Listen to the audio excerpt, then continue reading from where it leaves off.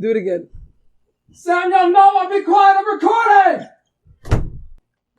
Now, cause it's like I'm 26 and I see I always envision my 35-year-old self. Damn. And especially if you're the type of person too, where you've always been, if your family's controlling too. Like ends, you because you don't realize, even though you're studying in college and you're studying for exams, you realize, man, I was having fun. Yeah. Regardless of all the studying and the craziness, Yep. I actually had fun meeting people. Hey guys, if it's crazy, All right, go now. Hey guys, welcome to the Family Mess. I'm Noah. And have a nice day. I love the Family Mess. Oh my God.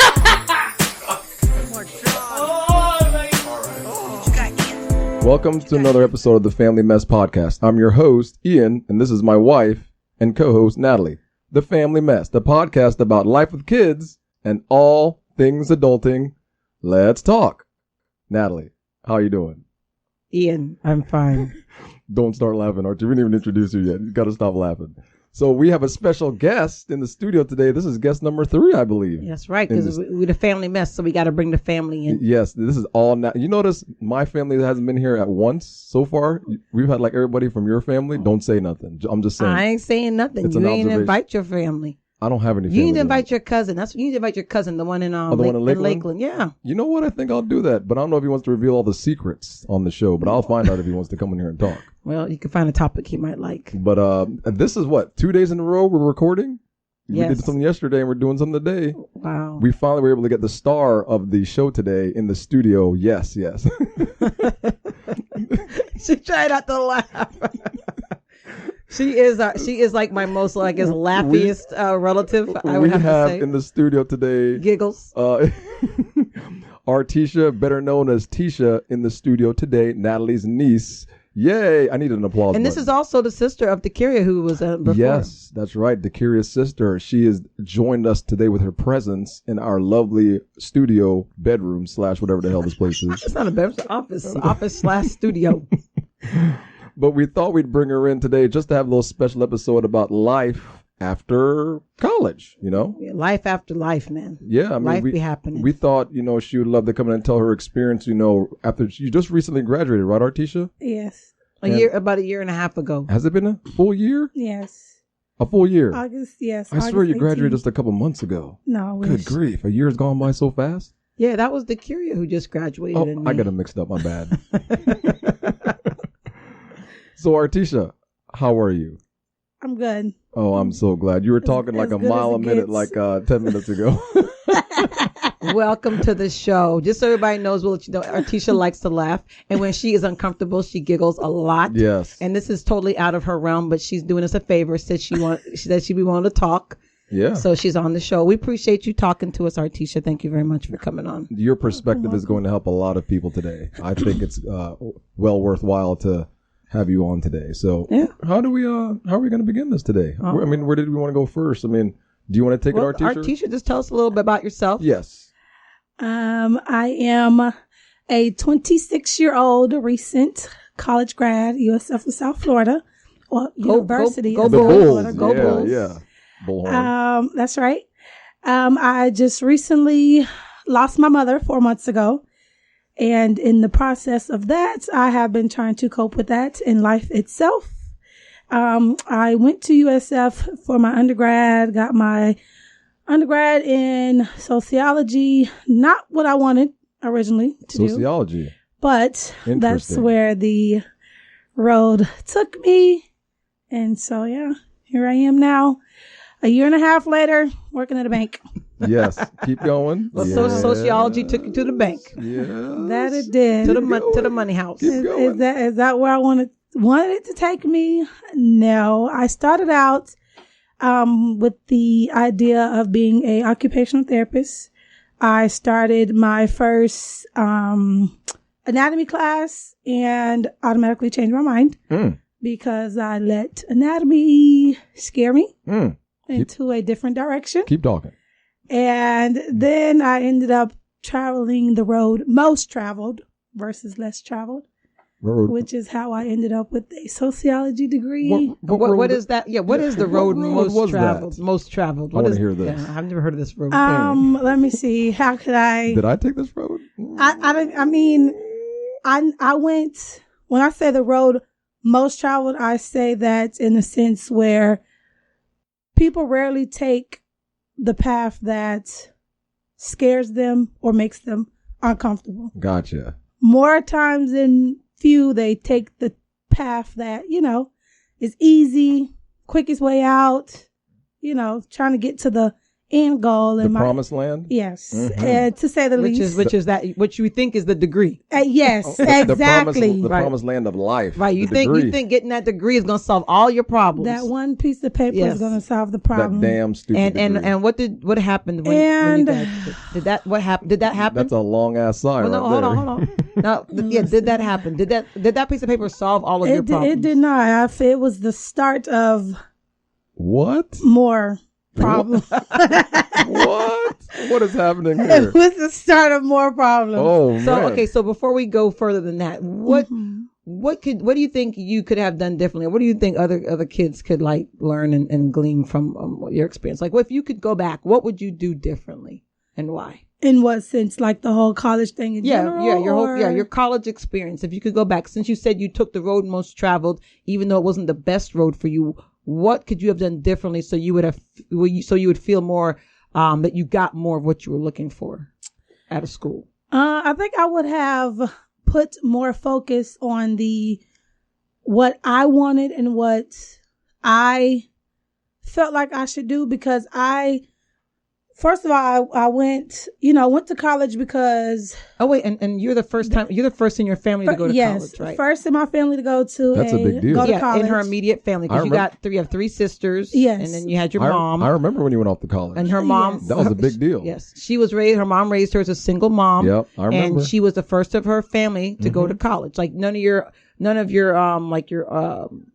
aunts and things had been to college or anything like that. So this is a first generation thing. Yes, So it was in the sense where, I felt like I was on a mission. I had a mission to prove something. Yes, to prove something, not only to the family, but to the neighborhood. The haters. Yes. Mm-hmm. So to say the least, I wouldn't necessarily call them haters. Oh man, listen, I already know they were hating big time, man. I want to digress just a tad just hold that thought for 1 second. I'm going to digress just to give a little background of Arteshia. Arteshia was like my wild niece. I know. She was never a horrible child by any means, but she had a chip on her shoulder and she got something to prove to the world. That's right. You look at her wrong, she might tear you up. She might beat you down. That was Arteshia. She can fight me. So. Yes. But she has morphed and matured into a wonderful person. She was always a good person. I like Arteshia because I like that she just laughs. I expect to laugh every time I see her. If I don't hear that laugh, I know there's something going on. Her laugh is actually very, what's the word I'm looking for here? It's infectious. Yes. I mean, it is. When you're not laughing, I know something's really, really wrong. When you're not laughing, I mean, you laugh a lot, but when you're not laughing. That's crazy.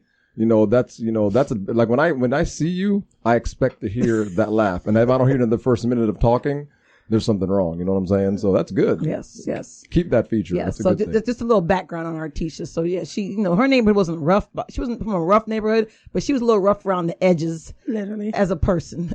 Literally. in her high school years. But when she hit college though, she morphed and she changed. So, okay. So go ahead back to what you were talking about helping, what you learned and what to help others. So, like I said, I went off to college in a sense where, this is what was expected of me, or shall I say, coming from all my, friends and family members and all that other stuff. Going to college was sort of kind of not expected.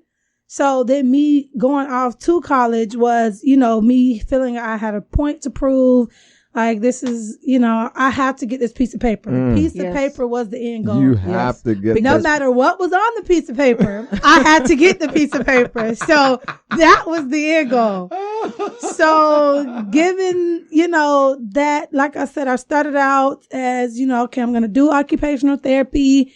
And with the mindset of, I was following as far as wanting to do occupational therapy, it was what I wanted to do, but it was also, I was thinking about financial freedom eventually as well. That's a good thing.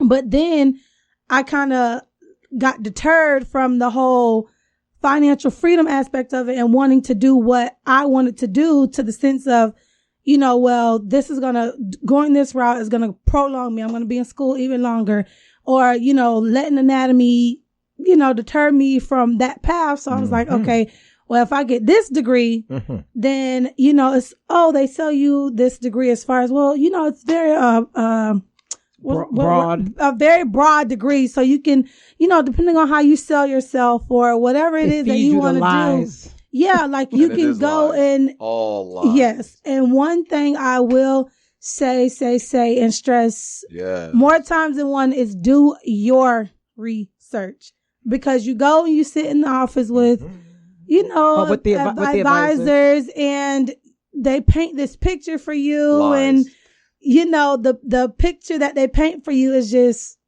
not where it's at, because it was one point in time where I was telling the family, oh yeah, I'm graduating this semester because, this is what it says academically online. And then next thing I know, I still have a whole 2.5, 3 semesters left. Yes. So do your own research. Sorry.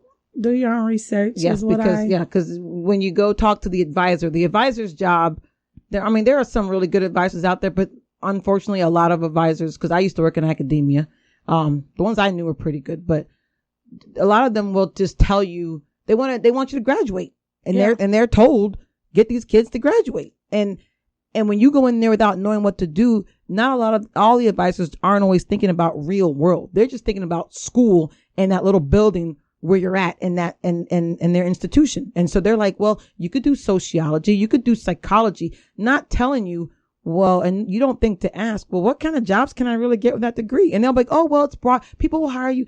No, if you go look up a sociology degree online under the job boards, you're not going to see no jobs with maybe $15, $14, $13 an hour. Yep. You're not going to see, but they tell you, oh, you can do this and that. But no, unless you plan for sure you're going to a higher degree, sociology, psychology, interdisciplinary studies are the worst degrees to get. You're wasting your money. What is and I say that as someone who's disciplinary studies. What is that? It's a degree where you take a bunch of different. That's the thing. I'm gonna say, before I answer that question, I'm gonna say one thing, because I used to work in academia. A school will give you a degree in anything. It doesn't mean that you can actually function as an adult with that degree and make a livable wage. They don't care. They're there to teach whatever it is people want to learn. But it doesn't mean that what they're offering is going to get you the money you think you're going to get. Yeah. It doesn't mean that what they're offering is going to get you, financially free. It doesn't mean anything. It means they're going to give you a piece of paper where you learned about something. It doesn't mean it translates to real life and real money. And that's where a lot of kids and parents mess up, because I used to work at a school, so I know. I met a lot of people. So why do you think the schools do that? I mean, is it just to make money? This academia, they're there to teach people who want to learn topics. But it doesn't mean they're not a job or a technical service. That's not what their job is. So their job is just to kind of guide you, but it doesn't mean they actually know what's going on. Exactly. You have to do your rest. When she goes back to research, you have to do your research to know how your program applies to real life and who you are. Right? Yeah. I have another niece who did interdisciplinary studies. Interdisciplinary studies. Nothing's wrong with the degree. Like, if you want to be a manager of a store, right? Interdisciplinary studies is fine, because most stores only require a degree. They don't care what it's in. And that makes sense. Right. If you already know you're going to do that. Right. Yeah. But if you don't like people, you don't want to, you want to walk, or you want to sit at a computer all day and do your own thing. You know that. Then those aren't the degrees for you. But all the school is thinking about is, well, you're here, we need to get you graduated. And so they're going to tell you what they need to tell you for you to go and take the classes and graduate. Literally. And they don't know you. You know you, right? But kids go in there not knowing, and they look at these people as they look up to you as to say, well, you can help me. Tell me what I need to do.